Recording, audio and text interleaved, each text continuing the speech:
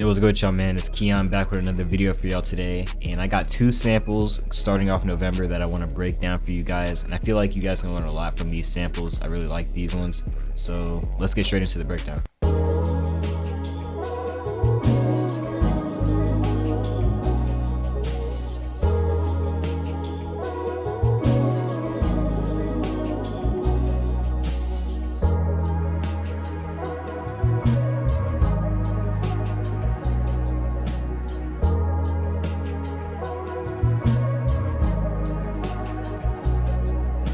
So first things first, the BPM of this sample is starting at 150, but I started with this idea that I made.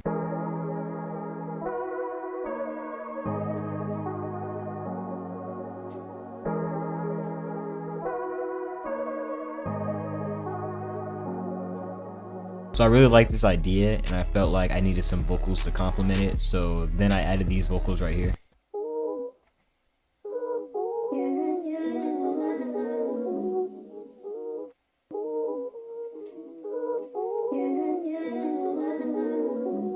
I like these vocals because it complements the chord progression very well. This is what it sounds like.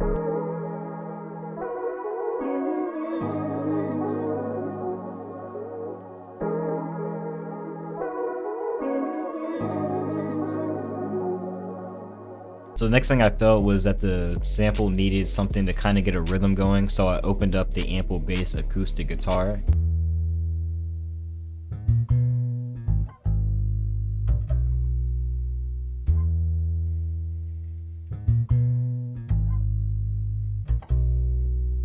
So it was a really good pattern that I came up with to kind of complement the entire melody. Here's what it sounds like.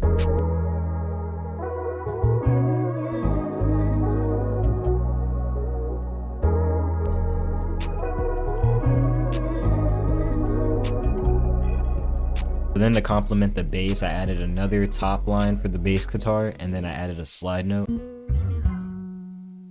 Here's what it sounds like with the bass.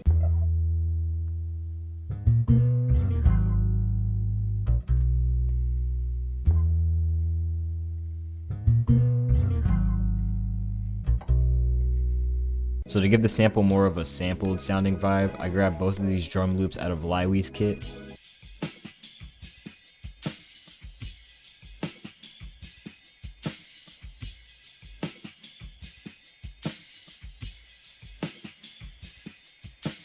So these pretty much play through the entire sample, and then I have this first one that only plays for the 8 bars, and then it has a break for another 8 bars, so it kind of just goes back and forth throughout the sample. So the next thing I did was I opened up Keyscape, and I used the Wing Upright Dark Indie preset, and I got this piano melody to pretty much complement the synth preset in the beginning.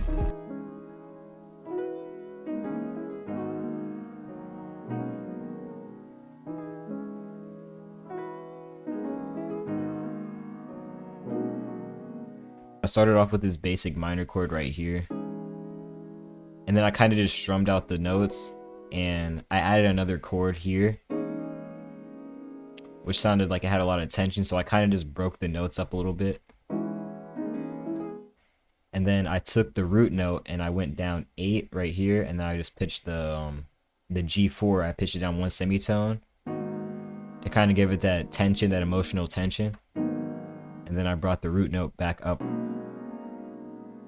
kind of like a resolving chord. And this was pretty much to complement the beginning synth, because it was really empty when I had just the synth by itself. So this is what it sounds like with the piano.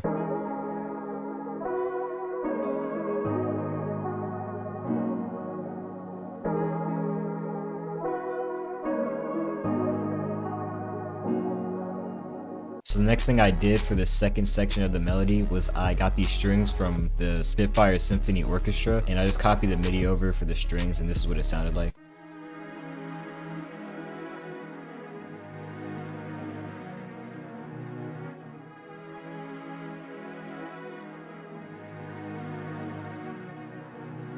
So I used the same MIDI, but I just wanted there to be some variation in the sample to make it a little bit more unique. So just to fill in a little bit more of the emptiness in the sample, I just took another phrase that matched the first one a little bit, and I just turned it down so it was playing in the background.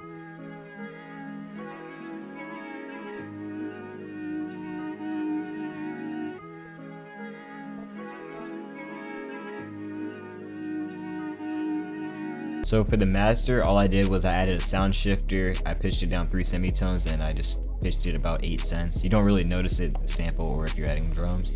And then I added a tape mellify, the lo-fi quiver preset, and I just messed with the modulations like the drive tone, turn the flutter and the wow up a little bit. I like to mess with this filter here because if it's on the low pass, a lot of the highs are removed, so it feels kind of empty when you're listening to it. And here is the final sample once again.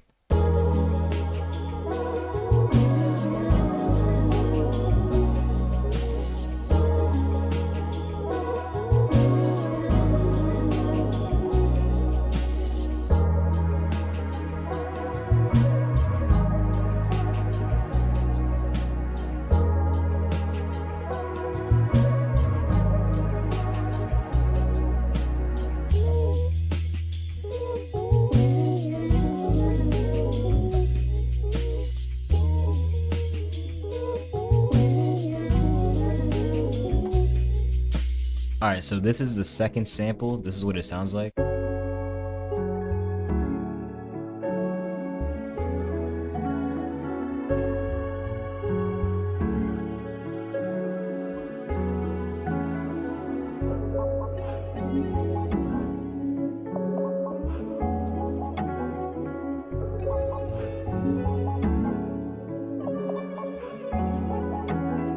So the first thing I started off with was this multi-key phrase that I made.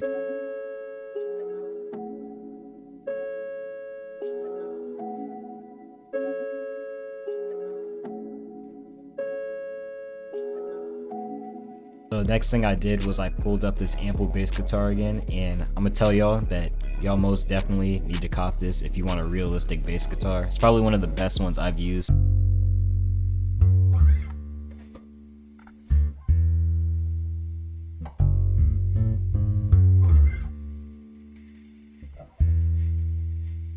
So one way I like to make my basses sound more realistic is these spaces in between, and then using a slide note to make it sound like it's actually being played. And I also like to add little top notes to play in the middle of the melody.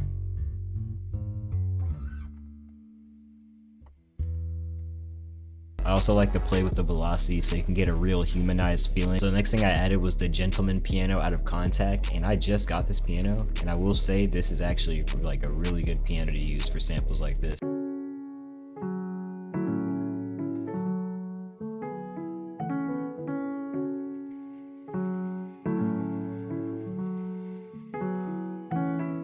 And like I said before, like the last sample, using chords and then broken chords in between to kind of make the piano more realistic is a good way for your pianos to stand out. Velocities are really important for samples like this to make your piano sound more realistic. You can also hit Alt S and you can strum the piano within the velocities to however you want, the tension. You can also chop the chords. So then the next thing I added was this run. I will say, even though this bank is like 300 gigs, if you guys want a really good orchestra that has like everything you need and like all the different articulation, this is probably like the only orchestra you need. Like I don't even need East, West, or Opus anymore. I don't need any of that. This has everything that you need. So this is what the run sounded like.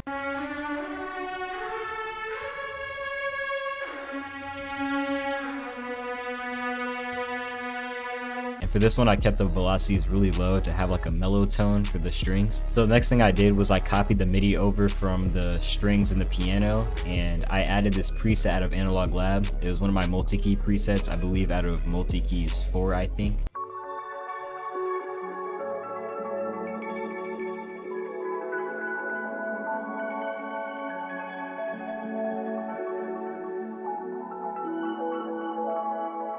So I pretty much added these for a nice texture and ambience in the background, and I did turn the velocities, I did turn them up a little bit more, but I still kept them kind of low so I could have like a mellow tone for the preset in the background. So the next 4 things I added was this vocal from, I think Sounds Like Moni is his name. You can check him out, he has some really crazy vocals. I got this vocal from Cymatics, and then I had 2 phrases that complemented the multi-keys one up here.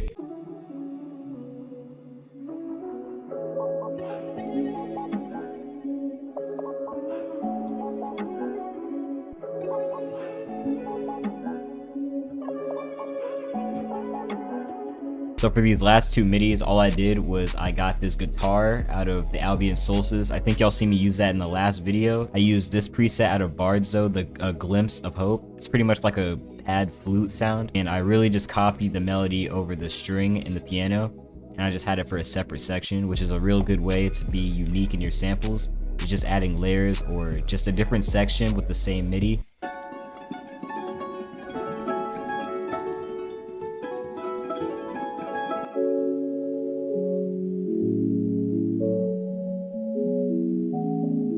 And this is what the final sample sounds like.